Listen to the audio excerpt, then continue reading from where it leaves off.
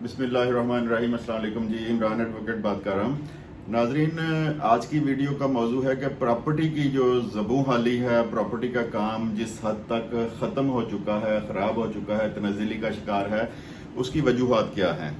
तो आज उसकी वजूहात पर बात करेंगे कि कौन कौन सी वजूहात हैं जिनकी वजह से ये काम इतना ज़वाल पज़ीर हो गया है, और कैसे ये काम जो है ये अपने अरूज की तरफ आएगा, या कम से कम इतना हो कि जो लोग प्रॉपर्टी के काम से वाबस्ता हैं वो कम से कम उनका चूल्हा जल सके। तो चैनल को लाजमी सब्सक्राइब करें और वीडियो को शेयर भी करें दोस्तों के साथ। छोटी वीडियोस होती हैं 10 मिनट की, आपकी मालूमात में इजाफे का बायस इंशाल्लाह ये वीडियोस बनेगी। तो आज हम जिस चीज़ पर बात करेंगे कि कौन कौन सी वजूहात हैं जो मेरी नज़र में, क्योंकि मैं भी डायरेक्टली इनडायरेक्टली इस शोबे से वाबस्ता हूँ, जो मेरी नज़र में चीज़ें हैं उस पर बात करेंगे और एंड पे हल देखेंगे कि हमें ये काम करना चाहिए कि नहीं करना चाहिए। एक तो नाजरीन, डीसी रेट बहुत ज़्यादा बढ़ गए हैं इस काम के। जिस रजिस्ट्री का जो खर्चा होता था 4-5 साल पहले, आप भी मेरी इस बात से इतफाक करेंगे कि रजिस्ट्री का खर्चा प्रॉपर्टी के लेन देन में मैटर नहीं करता था।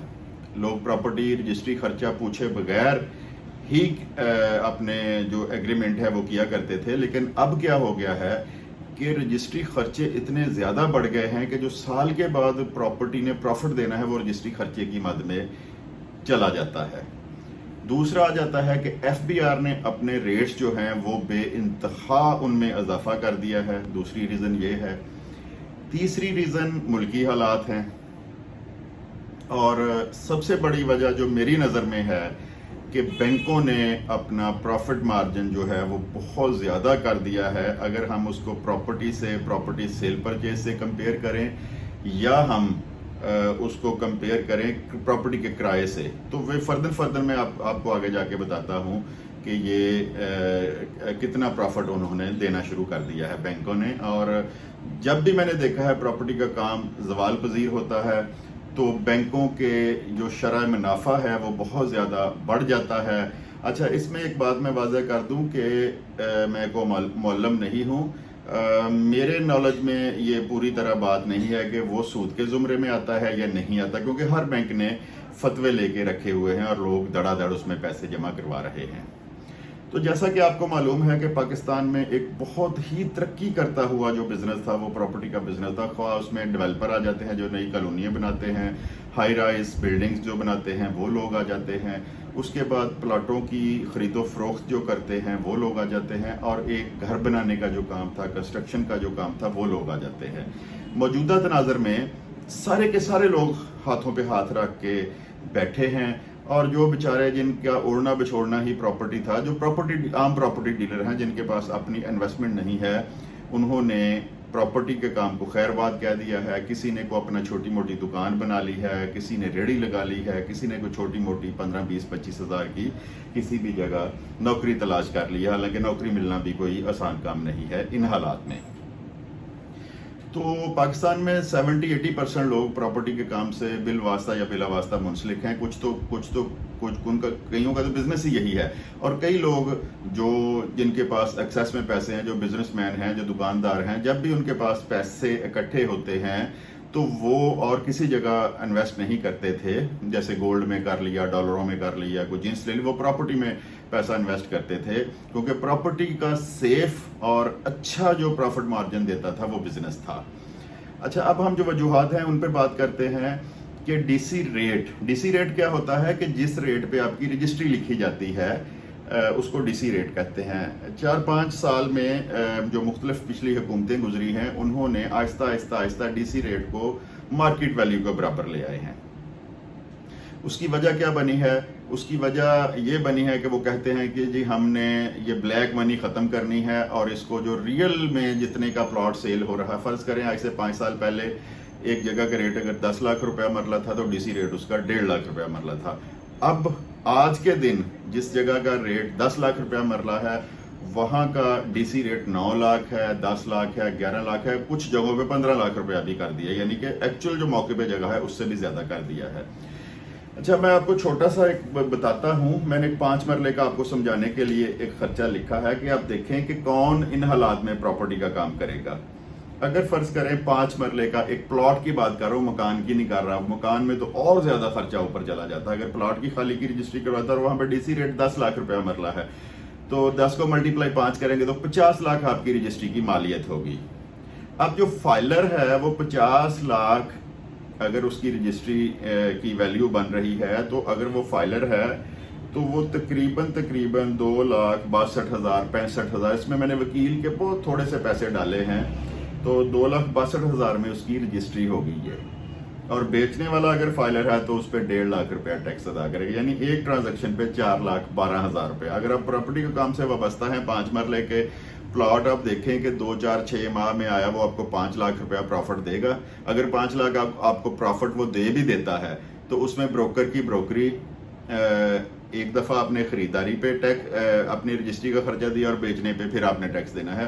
तो ये जो ऊपर के लवाजमात हैं ये ही पूरे नहीं होते। अच्छा, अब नॉन फाइलर की सुन ले इसी प्लॉट की। अगर नॉन फाइलर बंदा है, और क्योंकि लिटरेसी रेट बहुत कम है हमारे पाकिस्तान में, लोग बहुत ज़्यादा फाइलर नहीं हैं, वो समझते नहीं है, उनका बिजनेस ही इतना छोटा है कि वो फाइलर होते ही नहीं है। तो अगर नॉन फाइलर 5 मरले की रजिस्ट्री कराएगा तो 6,40,000 रुपए की सिर्फ रजिस्ट्री होगी। और बेचने वाला अगर नॉन फाइलर है तो वो 3 लाख रुपया 50 लाख रुपए मालियत पे टैक्स अदा करेगा। 9.5 लाख रुपया 5 मरले के प्लॉट पे खर्चा आ गया एक ट्रांजैक्शन पे। तो मुझे ये बताएं कि 2, 4, 6 माह में 10 लाख रुपया को प्लॉट बचा रहा है? नहीं बचा रहा। तो एक वजह तो ये है। अब आ जाते हैं FBR टैक्सेस। FBR टैक्सेस इन्हीं में इंक्लूडेड है जो मैंने आपको रेट्स बताए हैं।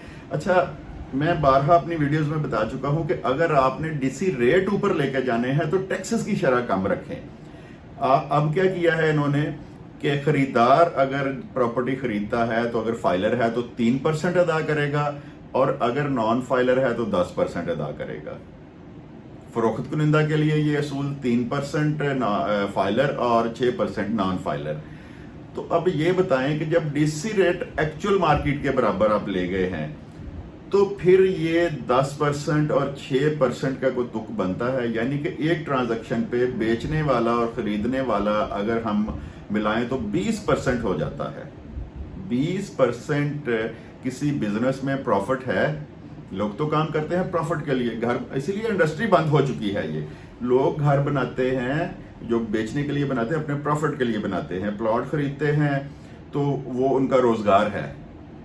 तो ये जो हमारे हुक्मरान हैं, जो भी इनमें आता है, ये हमारा रोजगार छीनने पे लगे पड़े हैं। अब ये देखें कि एक प्लॉट नॉन फाइलर की ट्रांजैक्शन अगर बेचने वाला खरीदार नॉन फाइलर हो तो 20% से ऊपर वो इन वाजबात की सूरत में देता। तो दूसरी वजह ये है इस काम के बंद होने की। अब हम आ जाते हैं एंड पर, एक थोड़ी सी डिस्कस मुल्क की हालात पे भी कर लेते हैं। जिस तरह मुल्क में 3-4 साल से, पिछले से पहले कोविड आ गया, उसके बाद जो गवर्नमेंट और एस्टेब्लिशमेंट के दरमियान जो कुछ हो रहा है, अपोजिशन के दरमियान, तो इनकी आपस की लड़ाई में इन्होंने मुल्क की तरक्की पे, अवाम की फलाह बहबूद पे किसी पे कोई तवज्जो नहीं दी। हर कोई अपनी चीना चपटी में बिजी है, कोई अपने केसेस माफ करवा रहा है, कोई एक पॉलिटिकल पार्टी को साइड लाइन लगा रहा है। मैं इंडिया की मिसाल देता हूं कि इंडिया चांद पे पहुंच गया है और वो G20 शायद एक उनके मुल्क इकट्ठे हुए हैं। पूरी की पूरी दुनिया इंडिया में इकट्ठी है जो तरक्की याफ्ता मुल्क है, और हम यहाँ पे क्या कर रहे हैं कि एक दूसरे की टांगें खींच रहे हैं। अवाम का बुरा हाल है, खुदकुशियों पे अवाम उतर आई है, 2 वक्त की रोटी नहीं है, इलाज कराने के पैसे नहीं है, स्कूल की फीस नहीं है, बिजली का बिल नहीं है। तो हमारे ये हालात, एक रीज़न ये है कि जब तक मुल्क में कोई इलेक्शन लड़के को गवर्नमेंट नहीं आ जाती और उसमें मुदाखलत नहीं होती, मैं आपको ये बता दूं कि ये हालात ठीक नहीं होने। अब जो मेन मुझे नजर आती है रीजन, वो है बैंकों का मुनाफा। बैंकों ने अपना जो इंटरेस्ट रेट है, जो मुनाफा है, वो बहुत ज्यादा, वो 18, 20, 22% मुख्तलिफ बैंक जो हैं वो लोगों को ऑफर कर रहे हैं, लेकिन टैक्सों की कटौती के बाद 14-15%। मेरे ऑफिस में कल एक बंदा बैठा था, एम्प्लॉय था इसका कौमी बचत का, तो वो बता रहा था कि 1 लाख के पीछे कौमी बचत जो है वो 1400 रुपया पर मंथ, यानी कि वो इस्लामिक حساب سے کبھی 1390 ہو گئے، 1380 ہو گئے، 1400 ہو گئے، 1410، اس کے درمیان 1 کروڑ روپے کی اگر ہم پراپرٹی خریدتے ہیں تو اس پہ کرایہ جو ملتا ہے وہ 15 سے 20 ہزار روپیہ ہے۔ 1 کروڑ روپیہ اگر کوئی بندہ بینک میں جمع کرواتا ہے تو اس کو 1.5 لاکھ روپیہ پر منتھ اس کا کرایہ کہہ لیں، پروفٹ کہہ لیں، انکم کہہ لیں، وہ آتی ہے۔ کہاں 20 ہزار روپیہ اور کہاں 1.5 لاکھ روپیہ۔ تو ایک وجہ یہ ہے کہ جس طرح ڈیلی بیسس پہ یہ تنزلی کا شکار ہے پراپرٹی کا کام، تو لوگوں نے کیا کہا کہ ہماری سیف ہے پیسے بھی، اور جس پراپرٹی کا کرایہ 20 ہزار آنا ہے کروڑ لگا کے، اس کا 1.5 لاکھ روپیہ پر منتھ آ رہا ہے۔ تو یہ وجوہات ہیں۔